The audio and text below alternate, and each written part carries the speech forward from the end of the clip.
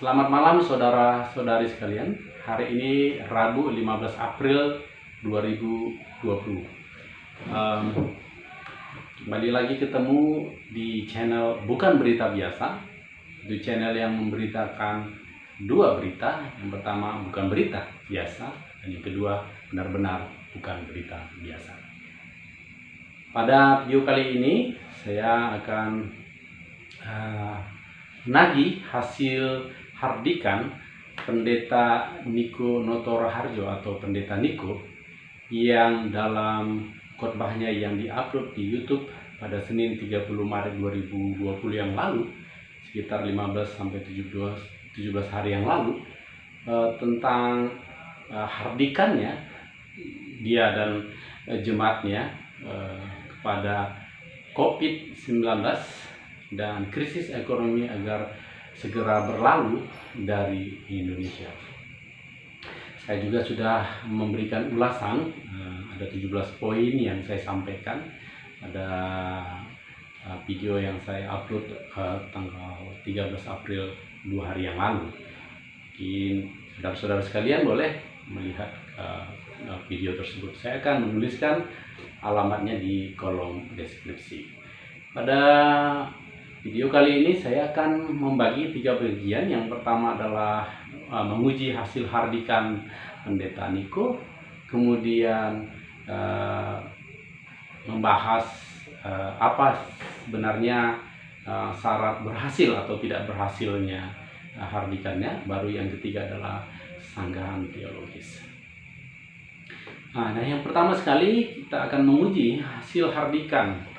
Hari ini adalah hari ketiga setelah Paskah yang dirayakan oleh kita umat Kristiani di Indonesia, yang kita rayakan pada hari Minggu yang lalu tanggal 12 April 2020, dan hari ke-15 atau hari ke-17 sejak Pendeta Niko menghardik COVID-19 dan krisis ekonomi. Yang pertama sekali, pada menit pertama detik 38 pada ulasan saya poin ketiga, benarkah Yesus telah menghardik COVID-19? Dan poin yang kedua adalah di menit ke-10 detik ke-36, benarkah Tuhan Yesus menyuruh Pendeta Niko untuk menghardik COVID-19 dan krisis ekonomi ini? Nah, kalau kita lihat, jawabannya tidak.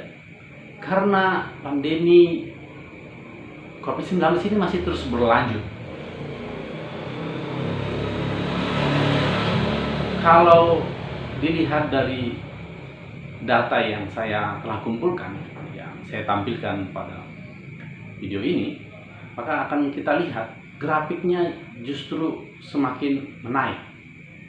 Mulai pada hari dia menghardik tanggal 30 Maret, pengumuman resmi pemerintah mengatakan ada 1.400 sekian yang terindikasi positif COVID-19, dan besoknya naik menjadi 1.500, dan pada saat Paskah naik, dan pada hari ini tanggal 15 angkanya sudah mencapai 4.500.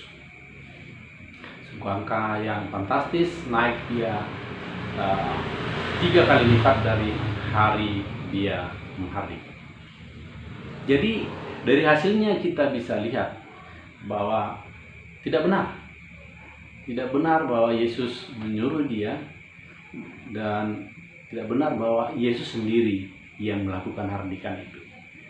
Nah, yang ketiga ini kita dengarkan pada menit kedua detik 23 ulasan saya di poin keempat.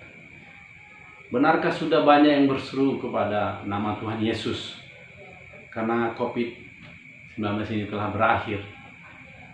Jawabannya tentu tidak, karena belum ada beritanya. Kita belum mendengarkan ada kesaksian yang telah berseru, karena memang belum berakhir COVID-19 ini. Yang keempat, pada menit ke-8 detik 36, benarkah COVID-19 mulai mereda atau menurun setelah Pendeta Niko menghardiknya? Jawabannya tidak.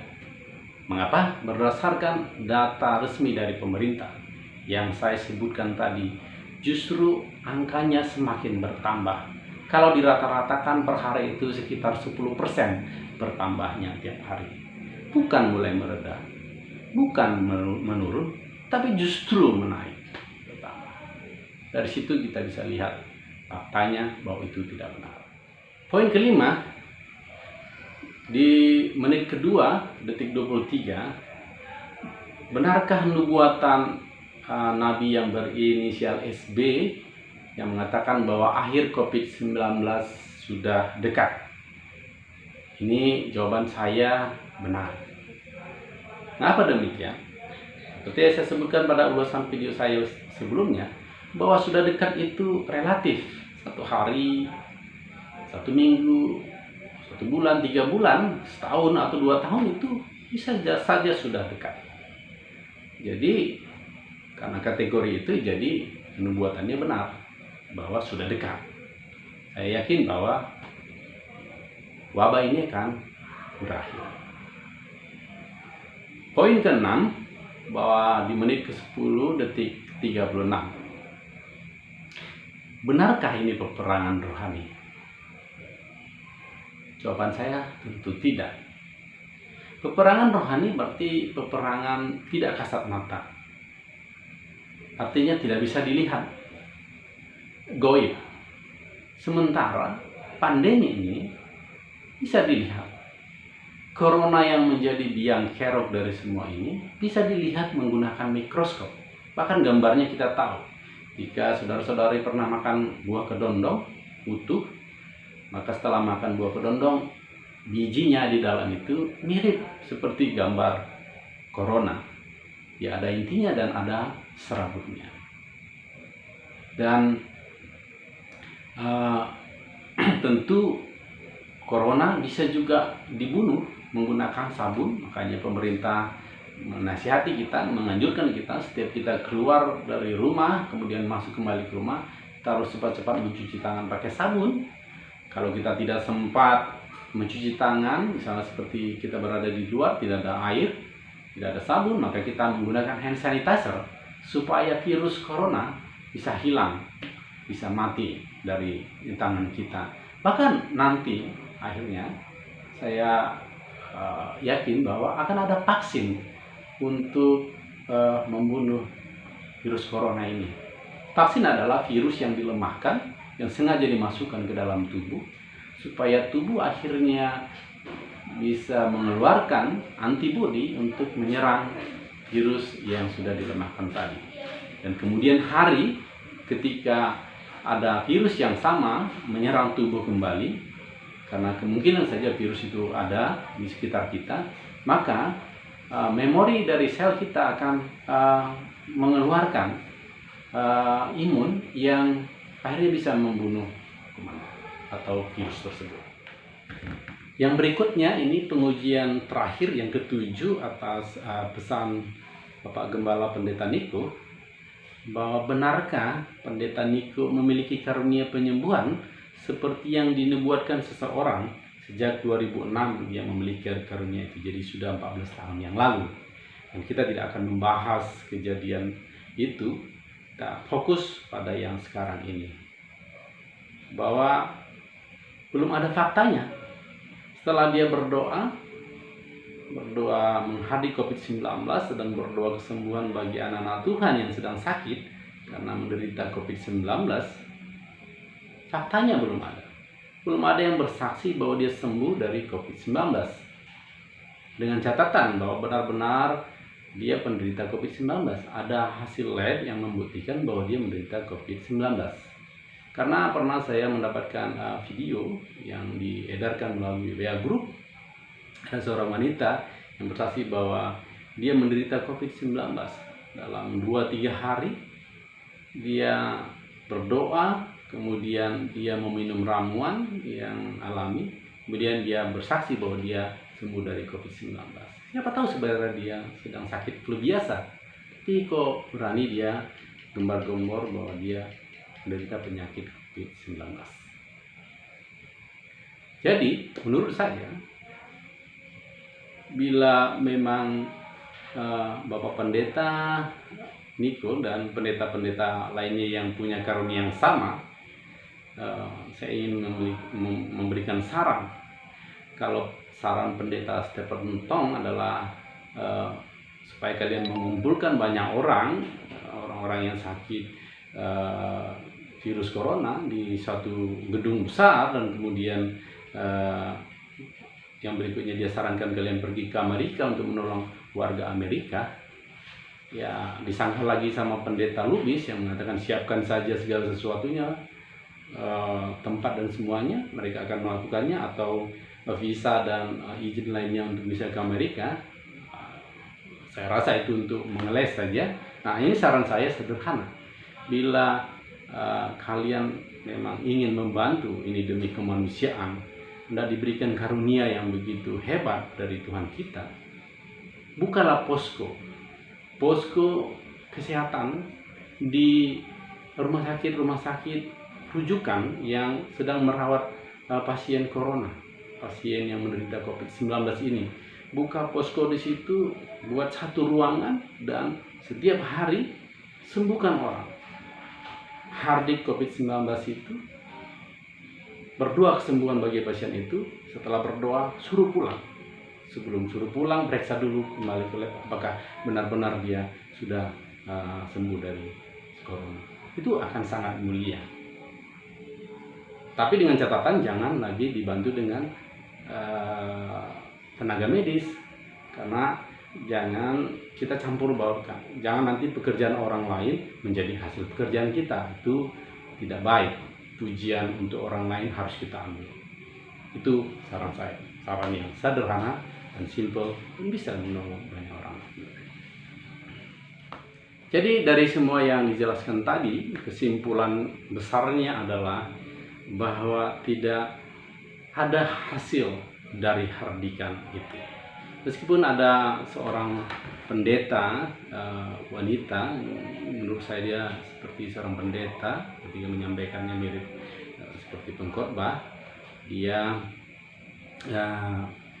mengatakan bahwa bukan hanya pendeta Niko saja yang diberikan suara atau bisikan dari Tuhan untuk menghabis COVID-19 ini. Bukan dia saja.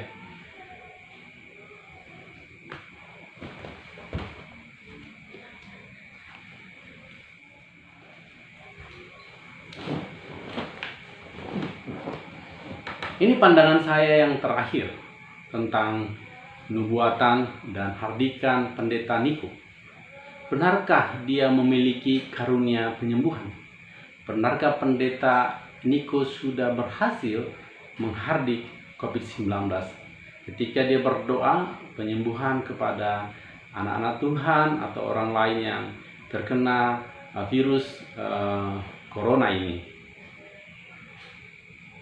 belum ada fakta.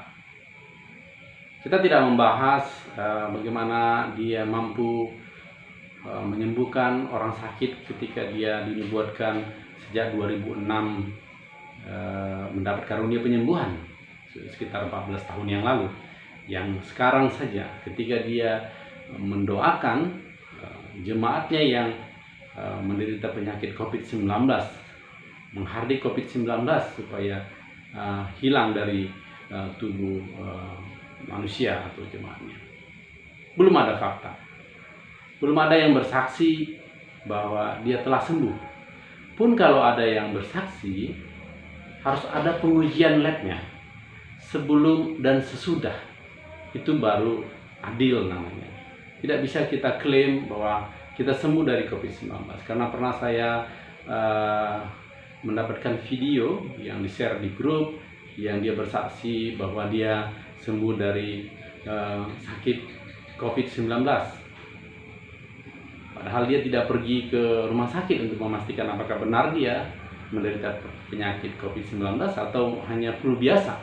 Tapi dia sudah gembar-gembor kepada banyak orang melalui video yang diedarkan bahwa dia sembuh dari COVID-19 hanya melalui doa dan ramuan-ramuan. Dan kalaulah memang benar demikian, kalau pendeta Stephen Tong menantang pendeta Niko dan pendeta yang sama alirannya, yang menantang supaya membuat suatu acara event yang besar, sehingga akhirnya ada pendeta Lubis yang menantang dia kembali untuk menyediakan tempatnya supaya mereka datang hadir untuk menghadiri COVID-19. Saya menantang pendeta Niko dan pendeta yang lainnya, bila benar-benar punya karunia menyembuhkan, menghadiri COVID-19, saya menantang ini demi kemanusiaan.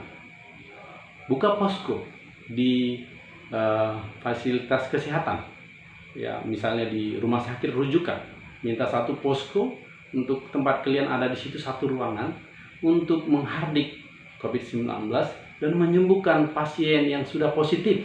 Situ begitu dihardik atau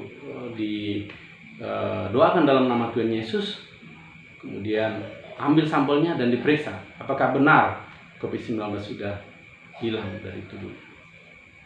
Akan banyak menolong pemerintah itu, akan banyak menolong banyak orang, dia mendapatkan kesembuhan hanya dengan ucapan begitu saja. Tapi catatan, tidak boleh lagi ada bantuan medis. Kalau tahu juga harus ada bantuan medis, itu tidak baik. Jangan kita mengambil yang positifnya saja. Kita menerima pujian dari pekerjaan orang lain, dan kita bilang kita hardik, tapi tetap disembuhkan pakai tenaga medis. Itu ulasan saya tentang, atau sanggahan saya tentang hasil dari menghadapi COVID-19. Jadi kesimpulan dari apa yang saya sampaikan tadi, bahwa ternyata tidak ada hasil dari hardikan pendeta Niko untuk mengusir COVID-19 dan krisis ekonomi dari negeri kita Indonesia. Meskipun ada pengakuan dari pendeta, seorang pendeta wanita berinisial DK, saya pikir dia seorang pendeta karena cara penyampaiannya seperti seorang pendeta, yang menyatakan bahwa bukan pendeta Niko saja yang mendapatkan bisikan atau suara Tuhan untuk menyuruh menghadiri COVID-19, ada banyak lagi pendeta lain dan jemaat lain yang melakukannya.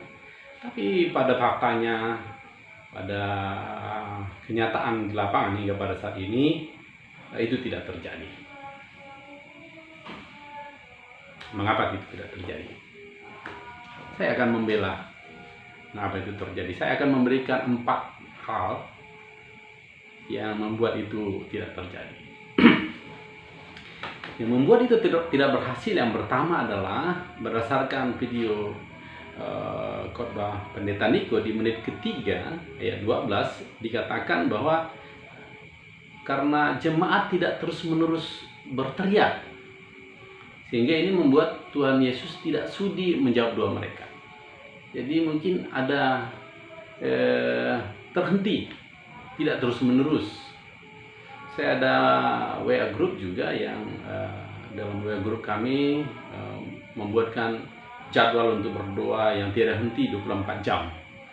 Jadi masing-masing orang diminta untuk mengisikan namanya supaya doanya tidak terhenti tiap jam.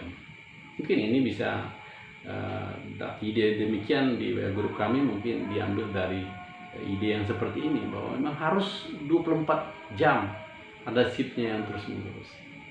Jadi bisa saja ada yang ceroboh, mungkin satu shift terputus sehingga akhirnya karena terputus sehingga Tuhan Yesus tidak sudi untuk menjawab doa mereka. Itu yang pertama, kemungkinan.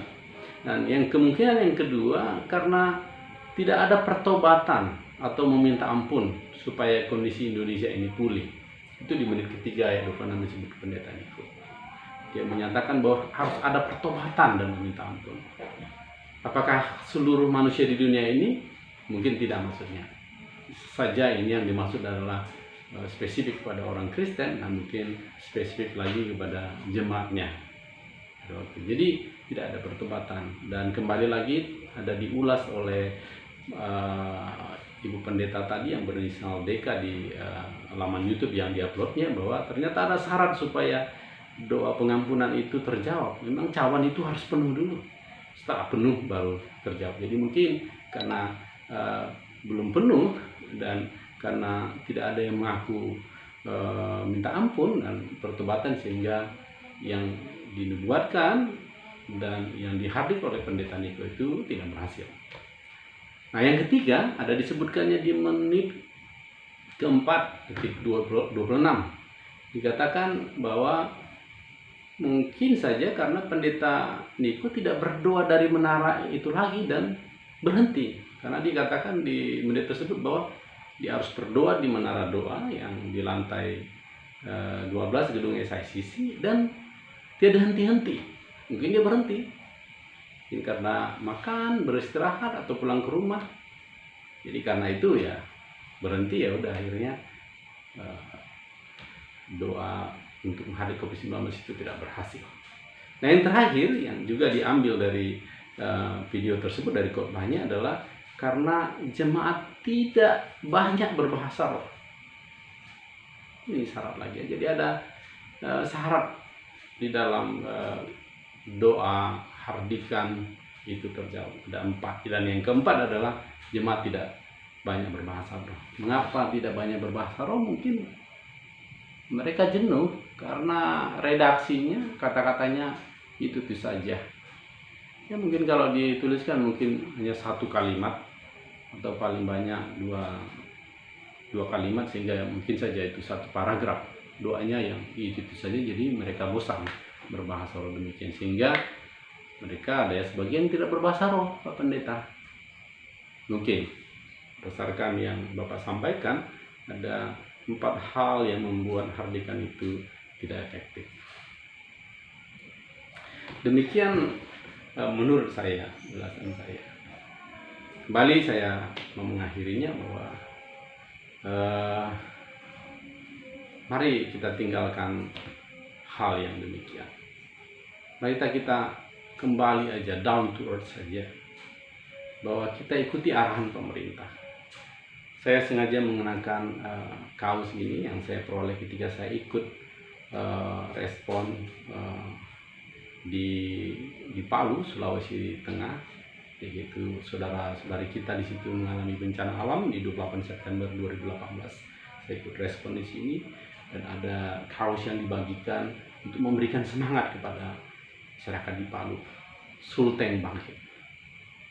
Saya yakin juga Indonesia akan bangkit dari krisis ini, akan bisa melalui pandemi COVID-19 dan krisis ekonomi yang terjadi dengan kebersamaan dengan pemerintah dan masyarakat dan organisasi lainnya yang punya semangat yang sama, punya rasa kemanusiaan yang sama untuk bisa melalui.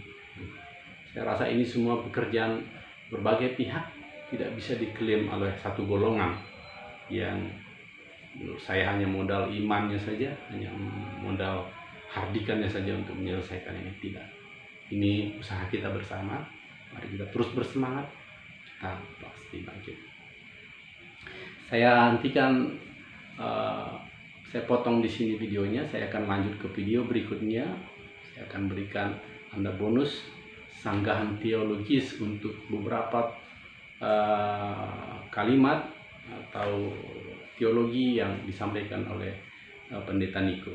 Ada 6 ya, sanggahan teologi saya, nanti akan saya lanjutkan di video berikutnya setelah ini.